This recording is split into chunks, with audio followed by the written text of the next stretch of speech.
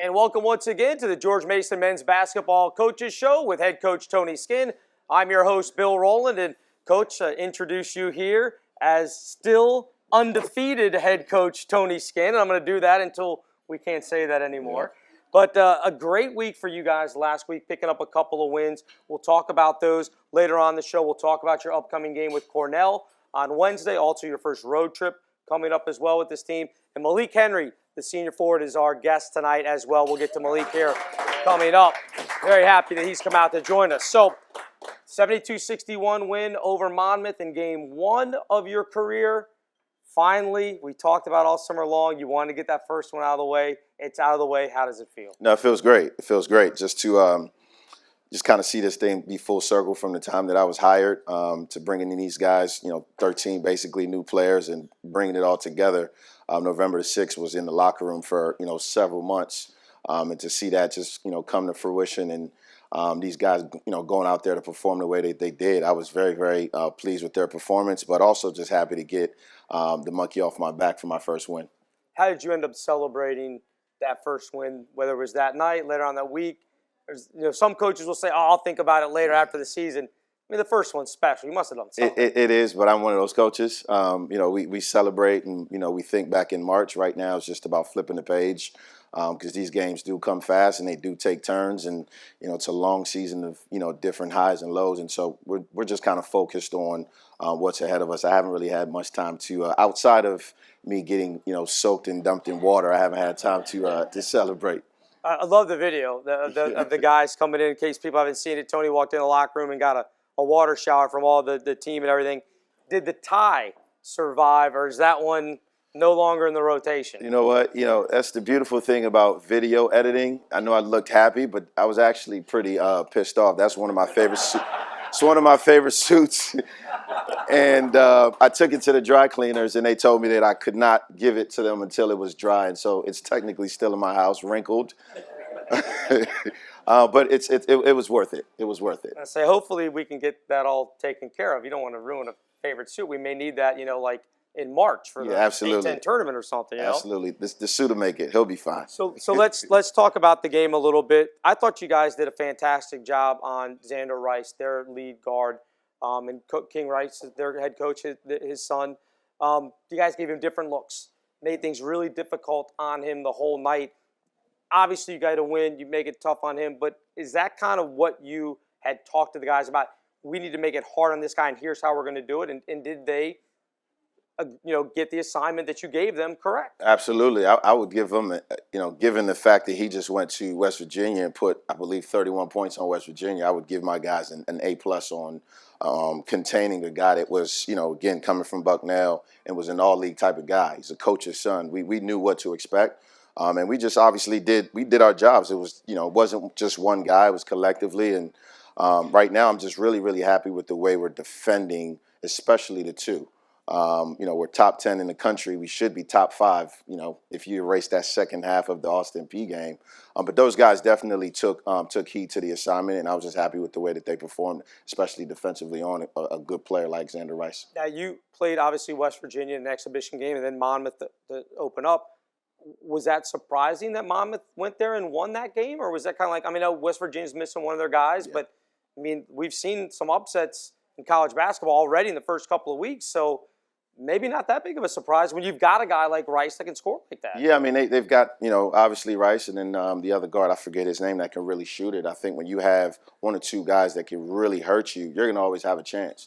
And obviously with West Virginia being down their point guard, one of the better point guards in the country, it makes it really, really, really tough to just be able to put a team away. And once you give, your opponent that type of confidence early, then you're in for a barn burner. And obviously the result was not what West Virginia wanted. So, credit to Monmouth. I think they're a pretty good team and have a chance to really play well in the CAA. It'll definitely help you guys down the road when you talk about net rating. Absolutely, and all that metrics, other stuff. Yep. So, yeah. Austin P, the second game, 67-45 win. But this was really about the first half. Yeah. 42-15 at halftime. You gave up 7 points in the first 5.5 minutes. You gave up 8 points in the last 14-30. Yeah. Defensively, again, I said it on the broadcast. I don't think any of us saw this coming What was so good about your defense? And I said this before. I was terrified watching Austin P on film. You're talking one of their players took 21 threes the game before. The other took, I believe, 12 threes. And so once that starts going in the rim, it tends to be a very, very long night. But again, we came out with the right energy. The crowd was behind us. We felt it in EBA, and it felt like we only made 7 threes in the game, but it felt like we made 10 in the first half and really just created that separation that fortunately carried us, into the second half. We needed that big of a gap because they ended up beating us by 2. In the second half. But, it was a very, very good first 20 minutes. I wish I could erase the second half, but I'll take it. It felt like the longest 20 minutes of my coaching career, even though it's only 2 games in. But I was happy with the result.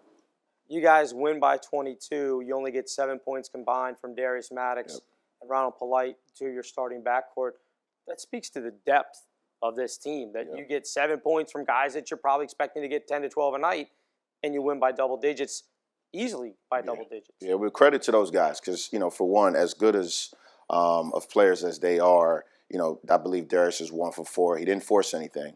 And the biggest part of that was, he didn't play well. Ronald didn't play well individually, but both those guys, I believe Darius was a plus 29, and I believe Ronald was like a plus 21. And so I think that tells you the type of team that we have, just unselfish. And again, it's going to be a different guy on any type of different night. And so, I was happy for Austin Ball, who had a terrific week. He really came out, he didn't miss a shot for 2 days. And when he took that first one, I was like, please go in. And it went in. And, it really helped us and just kind of corralled us into just having a pretty smooth first half that kind of carried us for the rest of the game. I wrote down notes on your 2-5 men, Amari Kelly and Malik Henry, who we're going to bring up here in just a minute. Combined 19 points, 10 rebounds. It's pretty good production for 40 minutes. From your 5 guy, 2 guys combined, they're playing really, really well. When it doesn't matter which one of the guys you bring in, solid back there defensively, and also getting it done on offense as well. Yeah, no, those 2 guys have been, they've been great all summer long, all during the fall. They're 2 different type of guys, but you can play them together. That's the one thing that I'm finding that I've got to figure out a way to keep Malik on the floor, but also I got to keep Amari Kelly on the floor. And obviously with Amari being able to stretch it out, he's shown that he can make the 3, something that he didn't have an opportunity to do at Wilmington. I'm just glad that those 2 guys are playing with a ton of confidence. Obviously, Malik plays with so much energy. It's hard to keep a guy like that off the floor on both ends of the floor. And so I'm just happy we're finding a way to make it work when typically you don't have the minutes to make 2 guys playing the same position work. Real quick, let's talk about Malik before we bring him up. You named him a captain. You and Malik, no history between you 2 until you came and took the job. What was it that he did from the time you got here for you to say, you know what, I trust you to be the leader on this team? Well, what Malik reminds me a lot of myself when I played. I didn't do a lot of talking. I did some trash talking, but I did that to the other team. But he's a guy that comes to work every single day. You know what you're going to get out of Malik. He's a positive leader. He kind of has the feel of just how to say certain things to certain guys to where they can accept it. But most importantly, he shows up every single day. He's first in the sprints. He's always on time. And so I wanted to make him a captain, but I also put it on the team to take a vote on who they wanted to be captain. And I think that goes a long way because he was the unanimous vote. And, I think we all know why. Very good. Well, we'll talk to Malik Henry coming up next. Take a quick time out. We want to thank once again Capital Ale House for hosting us here, the George Mason Men's Basketball Coaches Show.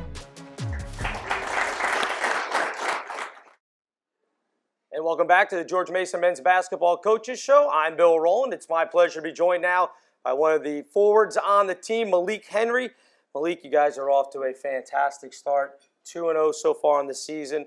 We heard from Coach Skinn in the first segment about his thoughts. So I'm going to ask you, what did you think of your team's performance the first couple of games? I thought very excited. The first game, I think we executed very well. And then on the second game, I just think we had a great time on offense. I see, like he mentioned about Austin, that really got me hyped up. And even though he don't want to celebrate, and I seen him do a little celebration, and I want him to get back and get on our defense, but it also made me really happy to see one of our freshmen actually getting some of the offense. You and Amari are providing a lot of great minutes at the 5 down low between the two of you. Like I said in the last game against Austin Peay in the 40 minutes, 19 points, 10 rebounds. You're 1 and 2 in block shots. Everything. You guys do a great job. Doesn't matter which one of you is in there. The minutes at the 5 are probably the least of his concern right now. I think it's a good thing because we're making each other better. I feel like he's making me better on the defensive end, and because like he got a lot of touch around the rim. He can shoot it, and I think I'm just getting him better, like getting him in shape by running the floor well and like trying to up his energy and stuff. So I think it's just benefiting both of us on the court. You're one of 3 guys that stayed during the coaching change, and it's now your second coaching change that you've been through. What is it about Mason that's you've wanted to stay here in Fairfax? It would have been very easy either time that there was a coaching change. A lot of guys do it, enter the portal, head somewhere else. Why'd you stay here in Fairfax? I'll say whenever getting to talk with Coach Tony, my first conversation with him, I just knew he meant business, and I got a good vibe from all the coaches, and I also just enjoy the support here. As you know, I'm with Kathy McKay. That's like my second family here, and just the whole support system here at Mason. The fans, the students, everybody. I just like here at Mason. I don't know if you heard it, but after one of the games, Coach Skinn said you had gotten hurt during the game. Went up for a dunk, got undercut, got hurt, and somebody asked him in the post-game press conference how you were, and he said, "Well, he's from Texas. He's a tough kid." What is it about your upbringing, whether it was your upbringing or being from Texas or both, that makes you such a tough guy in that regard? I'll just say like every young kid probably went through this with their siblings. Like I'm the youngest of my family, so getting picked on by my older brothers plus my older brothers' friends, and then just getting stronger from that. I just felt like that's what really picked me up. You were named a captain, and I didn't know until Tony told us in the first segment that it was a unanimous selection by your teammates. That's got to feel great. What responsibility do you feel as a team captain? I mean, what is it that you feel like you have to provide to this team? Just my positive spirit. I mean, we might have a lot of guys that feel like their game isn't the way they expect it. So they just need that guy to lift them up and pick them up and move on to the next play, the next defensive possession. Just keep them lifted up and keep them going. You talked about it. You and Ronnie are two of the guys that have been around this team the longest as far as the program goes. Mm-hmm. So I'm going to ask you, as a team captain, as kind of a veteran spokesman, I want to ask you about some of your new teammates because we're all still trying to learn about them as well. All right. So which of the new guys is the most talkative on the team? I'd say Austin Ball and Jalen Haynes. Austin Ball and Jalen Haynes. Interesting that it'd be a freshman because freshmen probably come in sometimes they're not quite sure, but Austin's got no problem. Yeah, Austin don't have no problem talking. Who's the best hype man for the team? The guy that can get everybody fired up? I'd say that's me. That's me. Okay. I'm always the one to hype everybody up, doing the dances, the dunks, everything. Who's the funniest of your new teammates? On purpose, I'll say Keyshawn Hall, but without being funny, I'll say it's Austin Ball. He'll say some stuff that you'll just look at him and just start laughing, and yeah. Now, is that because he's from West Virginia, and maybe it's just a different? Oh, his accent is thick. I thought my accent was thick when I first got here, but his is worse than mine. It was worse than mine when I first came here. Say that's interesting. A guy from Texas talking to a guy from West Virginia having a thick accent. But I know you guys just recently went to a concert. You and some of your teammates. Yeah. That'd be a fun little outing to get away from practice. And it was a lot of fun. Most of the team is always listening to Rod Waves. I know Tony he's sick of it, but every day in the gym before practice, everybody just listening to Rod Wave. Back to your teammates. Who's the messiest? The guy whose locker in the locker room is always a disaster, or maybe their apartment. Who's the messiest guy on the team?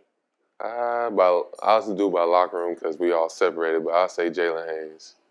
Just shoes, jersey, just everywhere. Yeah, just everything is just all over the place. All right, this one, and I'm not trying to get you in trouble with your teammates. This might be a controversial one, but I'm going to trust you. All right. Obviously, there are a ton of capable guys on this team that can make shots. Uh-huh. You got 10 seconds. You're down one. You get one guy that's going to take that shot to get you a bucket at the end of the game. Who are you putting the ball to? Either Darius Maddox or Keyshawn Hall. Because Keyshawn can get to the rack. He's really strong getting to the rack. And Darius, he's just real shifty, and he can get a shot off quick. All right, last thing for you, and again, we appreciate you hanging out, Malik, as always. You guys have kind of embraced this Patriot pressure moniker. Mm-hmm. What does Patriot pressure mean for you? And when the student body gets going like they have in the last couple of games, how much does that help you guys ramp up that type of pressure? I'll just say energy, because having that type of energy on the offensive end it gives us energy and gives us a booster, and then on the defensive end, having a lot of energy, nobody wants to be like under pressure. So like that's where I think of that's what Patriot pressure is. How much has it meant? The students have come out the first couple of games and done a really good job. How much is it when you have your students behind you at the end of the floor? I mean, that's got to help you guys out a ton. Yeah, it meant a lot. I mean, me and Mark got a lot of stuff up our sleeve for the student section. But them looking at the newspaper when the other team was getting announced was really funny, and I just think it's a lot of good stuff. Like I can't wait to see what we got down in the future.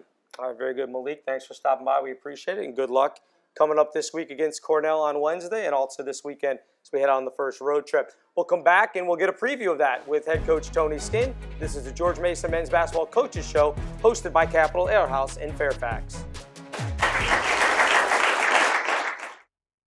And welcome back, everyone, to the George Mason Men's Basketball Coaches Show. I'm Bill Rowland, along with the head coach of the Patriots, Tony Skinn. Tony, we talked about last week winning the 2 games. Got a big week coming up this week.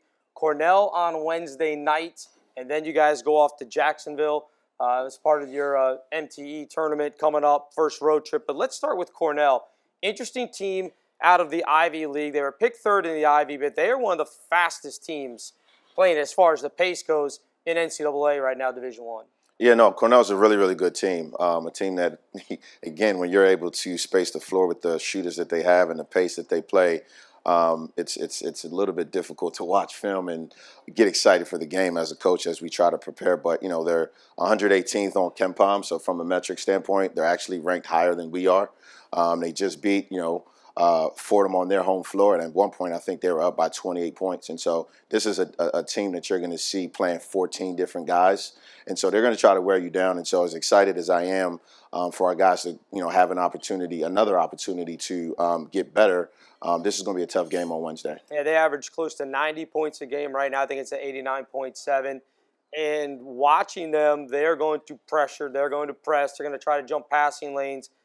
But if you get past that initial wave, I think there'll be a lot of opportunities for maybe you guys to get easy baskets at the other end in transition. Yeah, and that's really what the prep has been all week. Just trying to get these guys to understand, their chaotic pace is what got them up against Fordham. And it took Fordham, I would say 3/4 of the game to figure it out. But once they did, they cut it back down to like a 3 or 4 possession game. And so we've been very, very, I'm trying to find the word. We've been very chaotic the last 2 days in practice on purpose, just so that we can be prepared for Wednesday's game against a team that, again, they're playing multiple bodies. They're going to be fresh coming at us and going to try to wear us down, but it's our home floor, and so we just got to be prepared for that. After that, you guys head off to Jacksonville. You'll play Charlotte in the first game down there on Sunday. I'm not going to get into that game because you got to worry about Cornell first. But what is the preparation like? How is it different? You will have played your first 3 games on the road. You went to West Virginia, but that was basically one night there and then back home again. This is taking the guys down, getting into the hotel, trying to get everything situated. You'll be there for 3 or 4 days. How is the preparation different? Yeah, I think the one thing I've tried to, get these guys to understand is anytime we step away from our comfort zone, no matter what type of event, whether it's a road game, whether it's an exhibition, it's a business trip. And having that mindset is just the best way to prepare them to play their best basketball and just be the best versions of themselves. Obviously, we're excited to be going down to Florida. It's going to be a little bit different for us because, we have played, we would have played our first 3 games at home. But nonetheless, we got to treat it the same way. It's all business. When you get down there, you're playing back-to-back nights, which you have not experienced yet.